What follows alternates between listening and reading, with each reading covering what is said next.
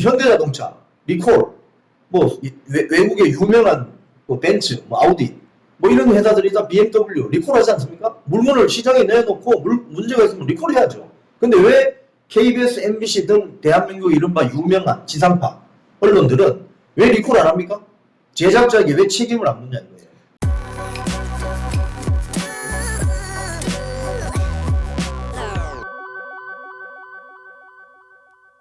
언론 보도를 보니까 예. KBS 내부의 이른바 무보직자 예. 연봉은 다 받으면서 실질적으로 일을 별로 안 하는 분들 숫자가 꽤 많았습니다. 충격이었습니다. 그건 약간 오해가 있습니다. 무슨 이야기냐면 정현주 사장이 2003년도 KBS 왔을 때 그 오기 전에는 예를 들자면 팀장, 뭐 차장, 부장, 국장, 주간, 본부장 이렇게 쫙 연봉 서열이 있는 이런 시스템으로 KBS가 운영이 됐죠. 근데 그때 팀제를 만들었거든요. 그래서 중간에 있는 결제 라인을 다 무너뜨려버리고 팀장 한 명이 수백 명씩 거느리는 대팀제 이런 걸 했었어요.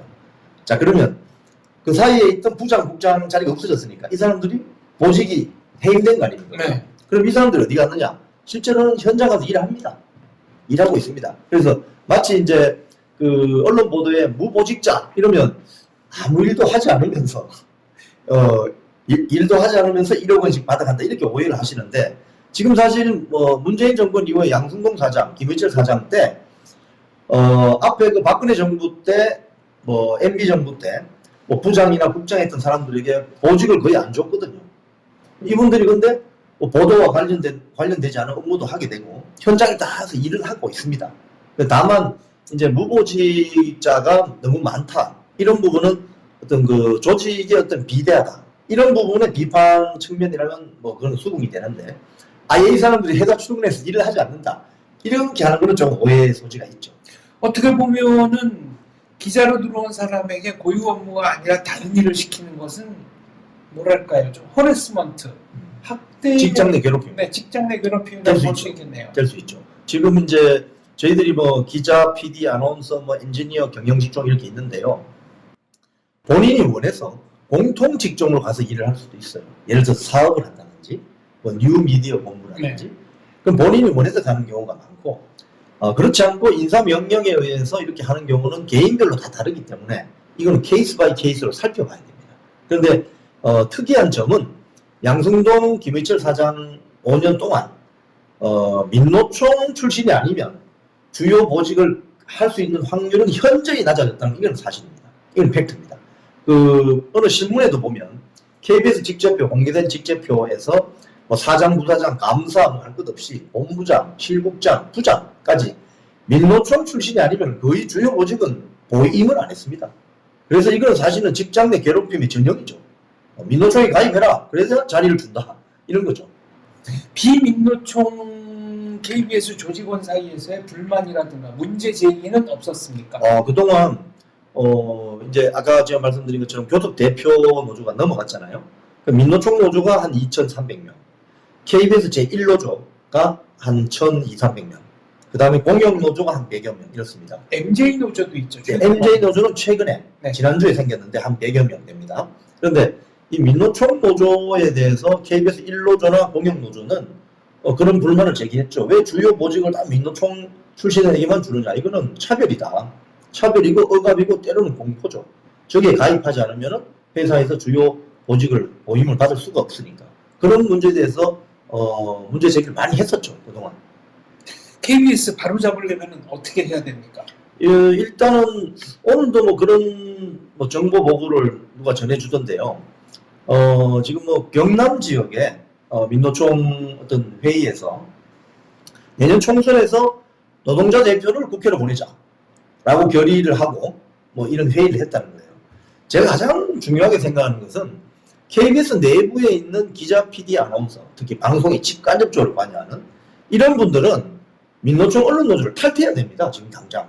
왜냐하면 이분들이 월급에서 일정 비율이 민노총의 조합비로 들어가거든요. 바로 들어갑니다. 이거는. 민노총은 한국노총하고 달리 민노총은 월급에서 바로 떼서 바로 중앙으로 올라가요.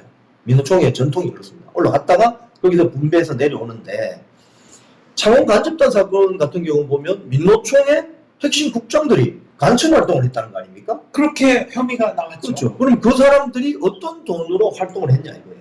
바로 민노총 언론노조 조합원의 조합비로 활동을 한 거 아닙니까? 결론적으로 보면. 그렇다면은 자기의 의사와 무관하겠지만 또 무관하였지만 나의 조합비가 그런 간첩 활동을 해서 쓰인다면 그 조직은 당장 탈퇴해야 되는 거죠. 그리고 노동자의 정치 세력화를 추구한다는 그 조직에 몸을 담고 조합비를 내고 있는 자가 어떻게 방송 기사를 공정하게 쓸 수 있으며 프로그램을 만드는 PD가 어떻게 프로그램을 불편부당하게 만들 수가 있습니까? 이게 어불성설입니다.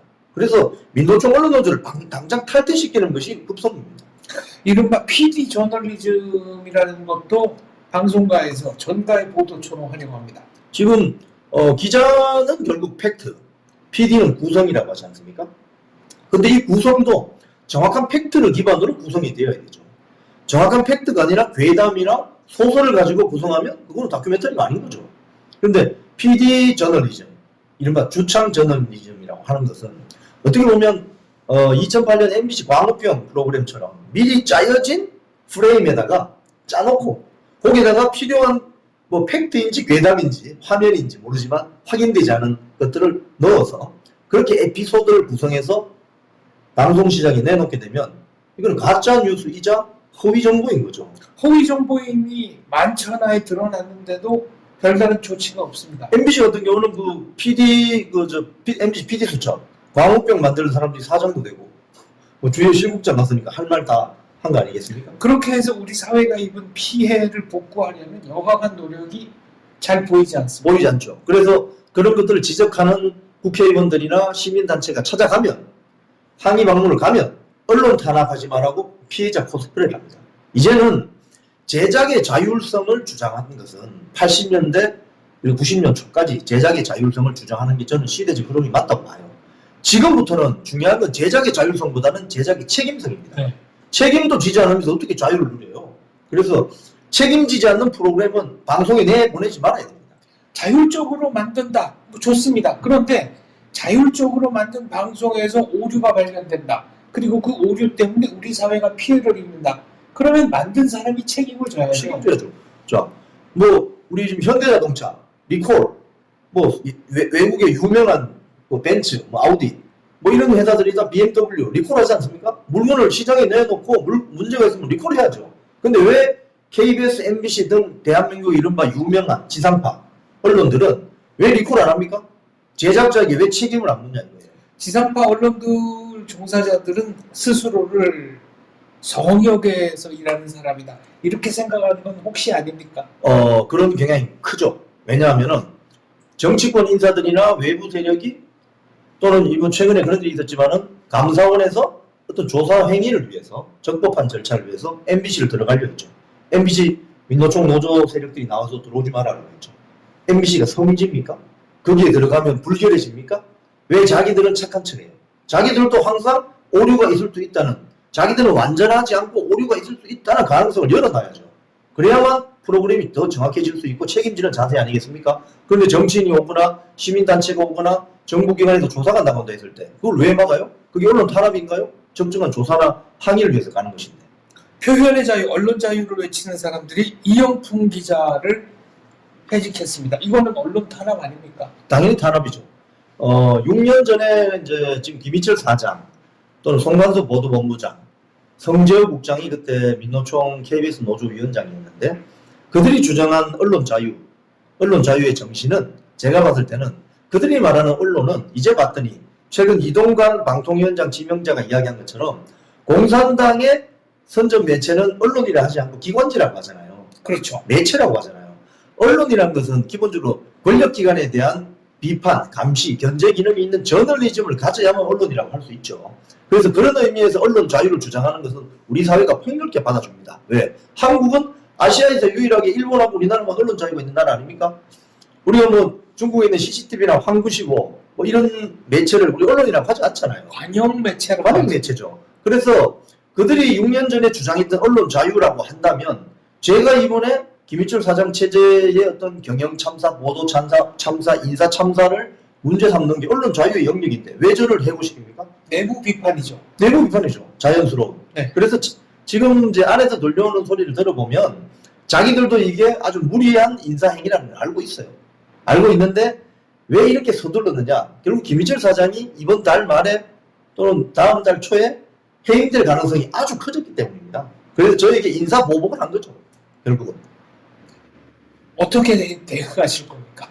당장 이제 뭐 저에 대한 해고는 많은 국민들께서 저건 너무 심한 인사 월권이다.